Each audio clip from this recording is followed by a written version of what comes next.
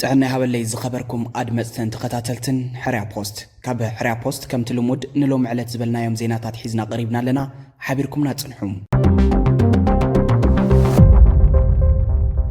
ፈለማ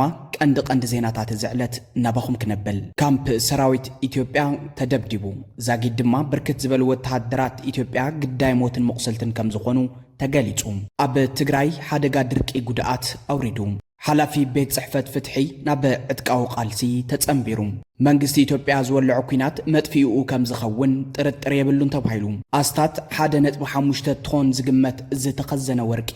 ተዘሚቱ እዚኦምን ካልኦትን ሒዝናልኩም ቀሪብና ኣለና ሓቢርኩምና ጽንሑም ካምፕ ሰራዊት ኢትዮጵያ ተደብዲቡ ዛጊድ ድማ ብርክት ዝበሉ ወተሃደራት ኢትዮጵያ ግዳይ ሞትን መቁሰልትን ከም ዝኾኑ ተገሊጹ ናብ ዝርዝሩ ክነብል ኣብ ነብሴሳር ምድር ኣብ ዝርከብ ወተሃደራዊ ካምፕ ብዝተፈጸመ መጥቃዕቲ ካብ 41 ንላዕሊ ሓይልታት እቲ ስርዓት ከም ዝተቀተሉ ተገሊጹ ኣብ ምብራቕ ጎጃም ነብሴሳር ምድር ወረዳ ዝተባሃለ ቦታ ዝርከብ ናይ ትገዛእ ስርዓት ወተሃደራዊ መደበር ብዝተፈጸመ ሃንደበታዊ መጥቃዕቲ 5 ኣዘዝቲ ሓዊሱ ካብ 41 ንላዕሊ ሓይልታት እቲ ገዛእ ስርዓት መቕታሎም ተገሊጹ ሓምለ 22 ኣብ 74 ክፍለ ሰራዊት ኣምሓራ ፋኖ ሚሊሻ 201 ኮር ኣብ ትሕቲ ዝንቀሳቐሱ ሓይልታት ፋኖ ኣብ ሰኞ ገበያን ዲቦን ኣብ ዝበሃሉ ከባብታት ዝርከቡ መደበራት በሚስጥር ብምእታው ኣብቲ ሰራዊት ምክልኻል ሚሊሻን ኣባላት ፖሊስን ብሓባር ኣብ ዝሰፈረሉ ካምፕ ዝተዋደደ መጥቃዕቲ ከም ዝፈጸሙ ተፈሊጡ ነዚ መጥቃዕቲ ስዒቡ እንተነኣሰን 5 ላዕለዎት መኮንናት ኣዘዝቲ ሓይሊ ሓዊሱ ካብ 41 ንላዕሊ ኣባላት እቲ ገዛእ ስርዓት እንትቕተሉ ብዙሓት ድማ ምቑሳሎም ተፈሊጡ ብተወሳኺ ብወገን ሓይልታት ፋኖ ናይ ሓደ ተዋጋኢ ህይወት እንትሓልፍ ካልኦት ብዙሓት ድማ ምቑሳሎም ተገሊጹ ኣብቲ ውግእ ብርክት ዝበለ ናይ ኩናት መሳርሒ ጥይትን ዝተፈላለዩ ናይ ሎጂስቲክ ንብረታትን ኣብ ትሕቲ ቁፅጽር ሓይልታት ፋኖ ዝኣተወ እንትኾን ብወገን እቲ ገዛእ ስርዓት ግን ብዛዕባ እቲ ጉድኣት ክሳብ ሕዚ ዝተውሃበ ዕላዊ መብርሂ የለን ኣብ ትግራይ ሓደጋ ድርቂ ጉድኣት አውሪዱ ዛጊድ ነዚ ጸገም ዘቃልል ሓገዝ ረድኤት ከም ዘይተረኸበ ድማ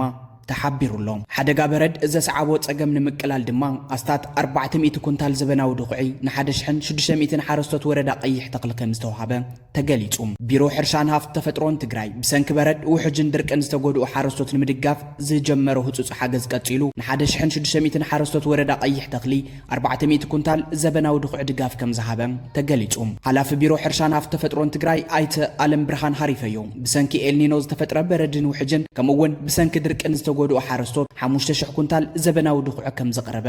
አብሪሁሎም እቲ ሕዚ ዝተዋሃበ 400 ኩንታል ደገፍ ብፍላይ ብበረድን ውሕጅን ኣብ ከቢድ ኩነታት ዝኣተውን ብሰንኪ ሕፅረት ዘርእን ዘበናዊ ድኹዕን ዝተጸገሙ ሓረስቶት ንምሕጋዝ ዝተዳለወ ምዃኑ ተገሊጹ እቲ ሓላፊ እቲ ድጋፍ ኣብ ቀይሕ ተኽሊ ጥራይ ዘይኮነስ ብበረድ ውሕጅን ድርቅን ዝተጎድኡ ካልኦት ወረዳታት እውን ክቕጽልን ክጠናኸርን ምዃኑ ኣረጋጊጹሎም እዚ ወፍሪ ኣብ ዘመነ ምህርቲ ዘጋጠመ ተፈጥራዊ ጸገማት ብምኽንያት ኣብ ምህርቲ ዝፍጠር ጉድኣት ንምቕናስን ሓረስቶት ናብ መፍረያይነት ንምምላስን ዝዓለመ ምዃኑ ይሕበር ሓደጋ ድርቂ ኣብ ትግራይ ምብራቃዊ ዞባ ብፍላይ ወረዳታት ኣጽበደራ ክልተ ውላዕሎ ሰውሓ ሳዕስዕን ኢሮብን ጉለ መኽዳን ኣዝዮም ዝተሃሰዩ ከባብታት ከም ዝኾኑ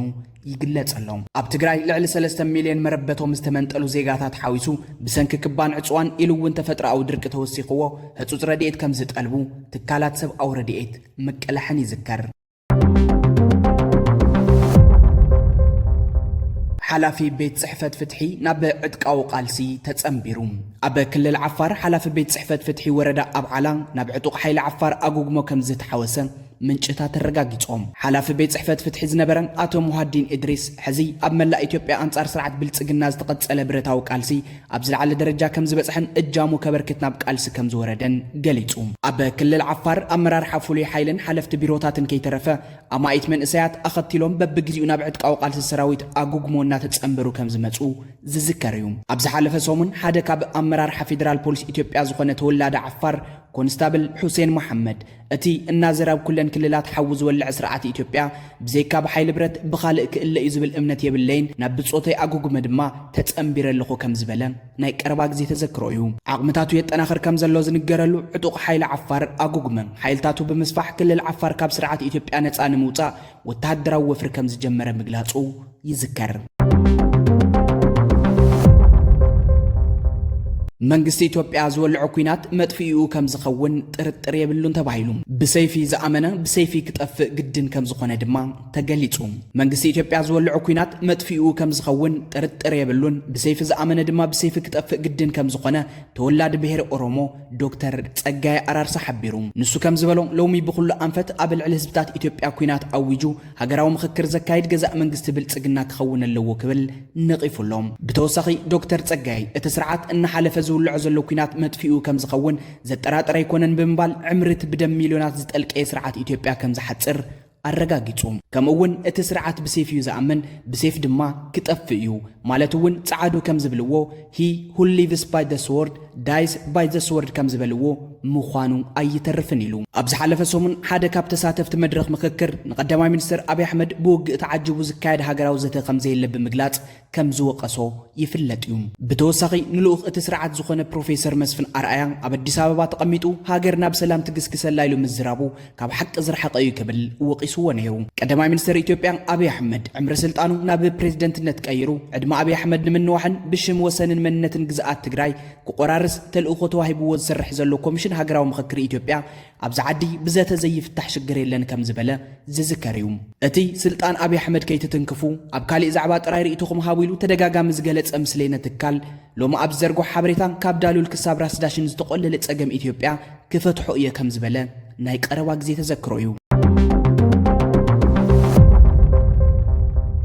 ኣብ መወዳእታ ዜና ኣስታት 1.5 ቶን ዝግመት ዝተኸዘነ ወርቂ ተዘሚቱ። እቲ ዝተወሰደ ወርቂ ልዕሊ 100 ሚልዮን ዶላር ከም ዝግመት ድማ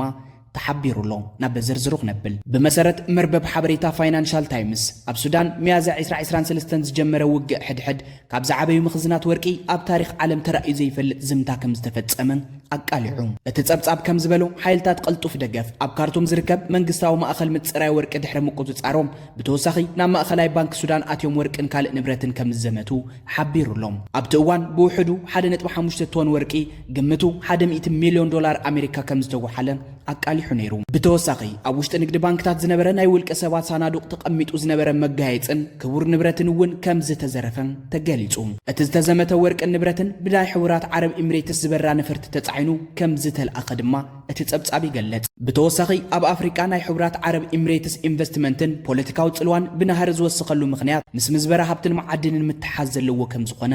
ይገለጽ።